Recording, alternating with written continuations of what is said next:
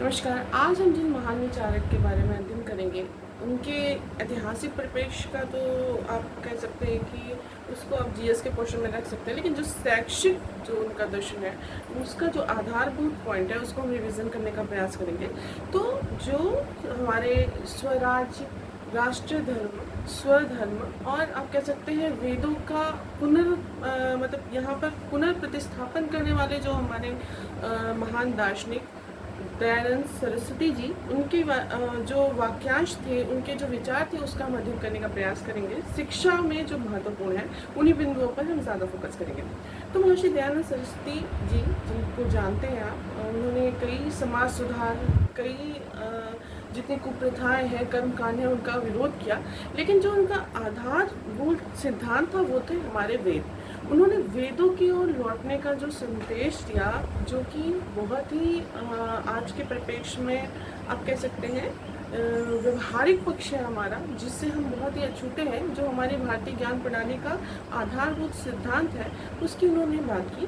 साथ ही साथ जो कर्म कांड थे, जितने भी कुप्रथाएं थी, चाहे वो दलित वर्ग हो, शोषित वर्ग हो, स्त्री वर्ग हो, आप कह सकते हैं कि उन्होंने सती प्रथा हो या आपके विधवा पुनर्विवाह हो, बहुविवाह हो, इन सब चीज़ों का विरोध किया था उन्होंने।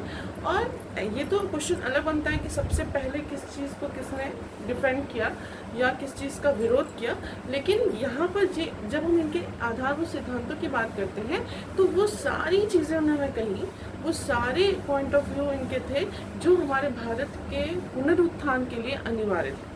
तो चर्चा करेंगे, जो मेन फोकस है, तो महर्षि दयानंद सरस्वती, जिनके गुरु थे बिरजानंद जी।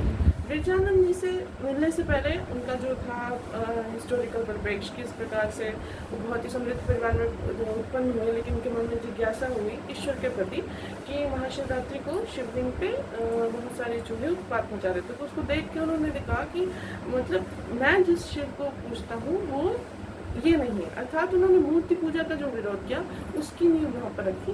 बाद में उन्होंने बहुत सारे समाज सुधारक कार्य किए, अंत में उनको षड्यंत्रगत मार भी दिया गया। लेकिन यहाँ पर जो भी चीज़ें थी उनकी, वो अद्वितीय थी। तो पहला सिद्धांत है इनका, वेदों की ओर लौटो। जो इन्होंने कहा था, वेदों की ओर लौटने का मतलब है जो और भी जितने भी मानव रचित जितने भी चीज़ें हैं, वो उसमें कुछ कर्मकांड जो थे, जो सब कुछ वो निराधार है, वो गलत है, सिर्फ हमको वेदों को ही प्रमाणिक मानना चाहिए।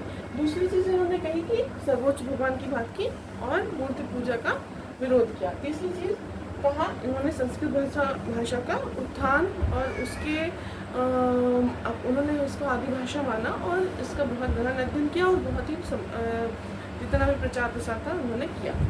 हिंदी भाषा को इन्होंने आर्य भाषा माना और कह सकते हैं उन्होंने भारत को एक आर्यवर्त के रूप में डेवलप करने का प्रयास किया। दूसरा सिद्धांत है इनका आर्य समाज की स्थापना, जो अक्सर पूछा जाता है। तो आर्य समाज की स्थापना जो है 10 अप्रैल 1875 में इन्होंने की।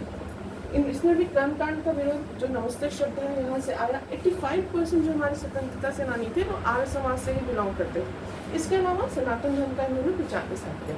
जैसे कि आपको पता है कि 12 फरवरी को जब इनका जन्म हुआ था जिस समय, और जब इनकी मृत्यु हुई थी, इन सब चीज़ों को लेकर भी बहुत सारी कथाएं हैं, किस प्रकार से मतलब एक महान विभूति इस धरा पर पधारी और किस प्रकार से यहाँ से उन्होंने प्रस्थान किया। लेकिन जो ज़्यादातर ग्रंथ मिलते हैं इन्होंने जो कार्य किए थे उस पर ही ज़्यादा व्यक्तित्व वहाँ पे आपको देखने को मिलेगा।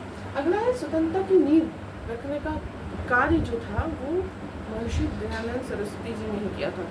इन्होंने स्वराज का जो शब्द था वो 1876 में सबसे पहले दिया था।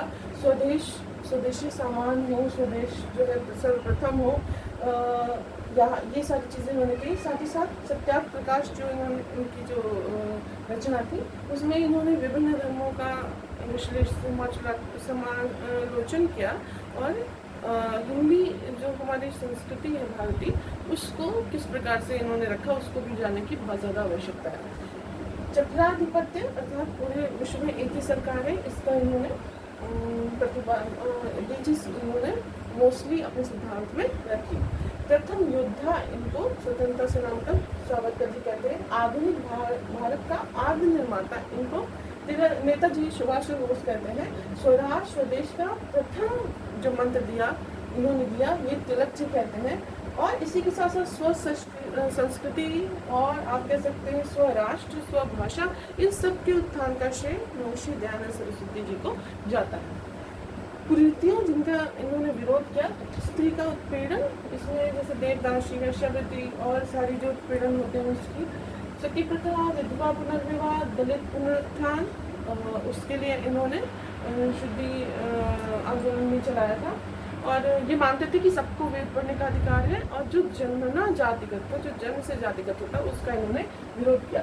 कर्मकांड जो थे इन्होंने उसका विरोध किया। कुसंगत विषय, आलस्य, कपट, मूर्ति पूजा, बाल विवाह, सबको जो वेद पाठ का अधिकार नहीं था वो इन्होंने उसका विरोध किया। अंतरजातीय विवाह इन्होंने मतलब उसका समर्थन किया। और हिंदू जो प्रथम अनाथालय था या प्रथम गौशाला, उसकी नींव इन्होंने रखी।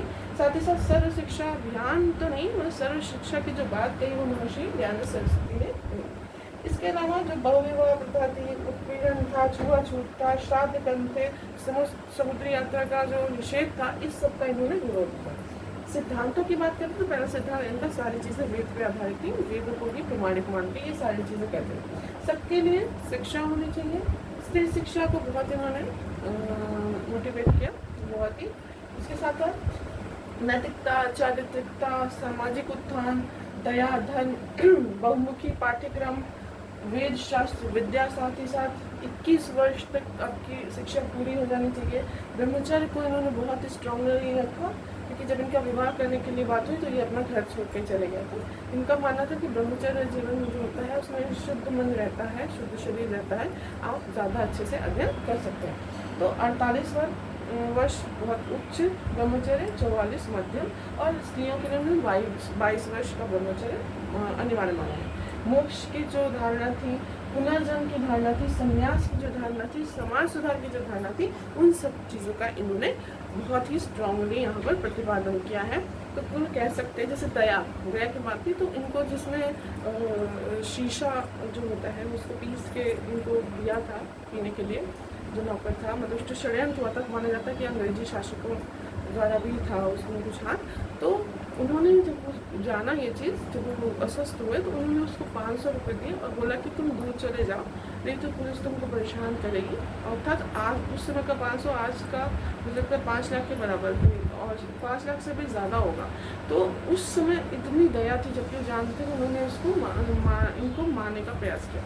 तो इनके गुरु जी ने जो दक्षिणा इनसे मांगी थी, आप यही चीज़ ध्यान दीजिएगा। उन्होंने कहा था कि मुझे कोई दक्षिणा नहीं चाहिए, तुम जो ये ज्ञान है इसका प्रचार प्रसार करो, जो अज्ञानी है उनको ज्ञान का प्रकाश दो, जो कुरीतियाँ हैं उसके खिलाफ आवाज़ उठाओ। तो वही कार्य इन्होंने किया।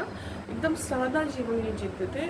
इनके वस्त्र, इनका भोजन, हर चीज़ बहुत ही उत्कृष्ट आप कह सकते हैं ये थी। और एक मतलब इतना प्रभावशाली व्यक्तित्व, अगर आप उनके सानिध्य में एक बार चले जाते तो आप उनको उनसे बिना प्रभावित हुए नहीं आते। साथ ही साथ जो कुरीतियाँ थे, जैसे हरिद्वार के कुंभ में गए थे तो इन्होंने तो ये माना कि हाँ ठीक है, ये जो धार्मिक वो चीज़ परिप्रेक्ष्य ठीक था, लेकिन जो वहाँ पे पाखंड हो रहा था उस चीज़ों का इन्होंने विरोध किया।